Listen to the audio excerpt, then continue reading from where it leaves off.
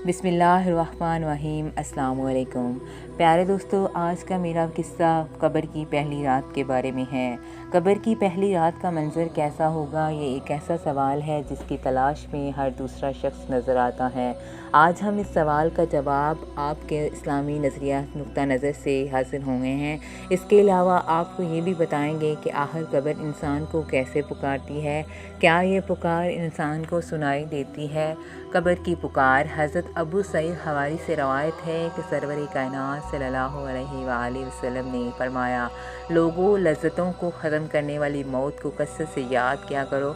कब्र हर दिन अपने मुर्दों से खिताब करते हुए ऐलान करती है, मैं गुर्बत और तन्हाई का घर हूँ, मट्टी और कीड़ों का घर हूँ। जब मोमिन को दफन किया जाता है तो कब्र उसे मरहबा कहते हुए खुशखबरी सुनाती है कि मेरी पुश्त पर चलने वालों में तू बड़ा महबूब था, आज मैं तेरी हो गई और तू मेरी तरफ आ गया, तो अब मेरे एहसान को देख ले। और ये कहकर कब्र तहद निगाह कुशादा हो जाती है और जन्नत का दरवाज़ा इसके लिए खोल दिया जाता है, जहाँ से इसको जन्नत की ताज़ा हवा आती है।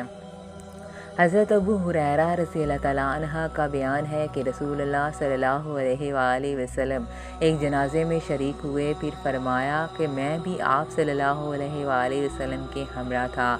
आप सल्लल्लाहु अलैहि वसल्लम एक कब्र के पास बैठ गए और फरमाया, ये कब्र हर दिन आवाज़ बुलंद कहती है, ऐ आदम की औलाद, तो क्यों मुझे भूल गया? क्या तुझे ये मालूम नहीं कि मैं तन्हाई का घर, गुर्बत का घर, वहशत का घर, कीड़े मकोड़ों का घर हूँ। मैं बहुत तंग घर हूँ, मगर अल्लाह जिसके लिए कुशादगी का हुक्म फरमाएगा, इसके लिए कुशादा हो जाऊँगी।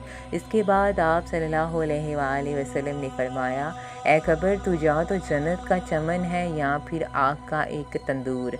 हज़रत अबू हुजाज रज़ियल्लाहु तआला अन्हु से रवायत है कि रहमते आलमीन सल्लल्लाहु अलैहि वसल्लम ने फरमाया, मुर्दा जब कब्र में रखा जाता है तो कब्र इसको कहती है, ए इब्ने आदम, तू हलाक हुआ, मुझे किस चीज़ ने मुझसे धोखे में रखा? क्या तुझे मालूम ना था कि मैं फितना, तारीकी और कीड़े मकोड़ों का घर हूँ?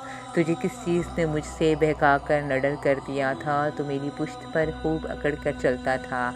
अगर वो नेक होता तो मैं इसको की तरफ कब्र को जवाब देने वाले जवाब देते हैं, ए कब्र, तू देख तो सही इसके अमाल कैसे हैं। ये अच्छाई इख्तियार करता था और बुराई से बाज रहता था। ये सुनकर कब्र कहती है, बेशक ये नेक था, अब मैं इसके लिए सरसब्ज हो जाती हूँ। मुर्दों का जिस्म इस वक्त मुनव्वर हो जाता है और इसकी रूह अल्लाह ताला की तरफ भेज दी जाती है। हज़रत अब्दुल्ला बिन उबैद रज़ियल्लाहु तआला अन्हु से रवायत है कि रसूलुल्लाह सल्लल्लाहु अलैहि वसल्लम ने फरमाया, मुर्दा कब्र में बैठता है और इन लोगों के पैरों की आवाज़ भी सुनता है जो इसके जनाजे के साथ कब्र तक गए हों। मुर्दे से इसकी कब्र कहती है, ए इब्ने आदम, तेरी हलाकत हुई, तूने मेरी तंगी, बदबू और कीड़े मकोड़ों का खौफ नहीं किया, इसलिए तूने इस चीज़ों से बचने के लिए तैयारी ना की। बदअमाल मुर्दे से कब्र कहती है, तुझे मेरी तारीकी, मेरी वहशत, मेरी तन्हाई और तंगी और मेरा गम याद नहीं रहा।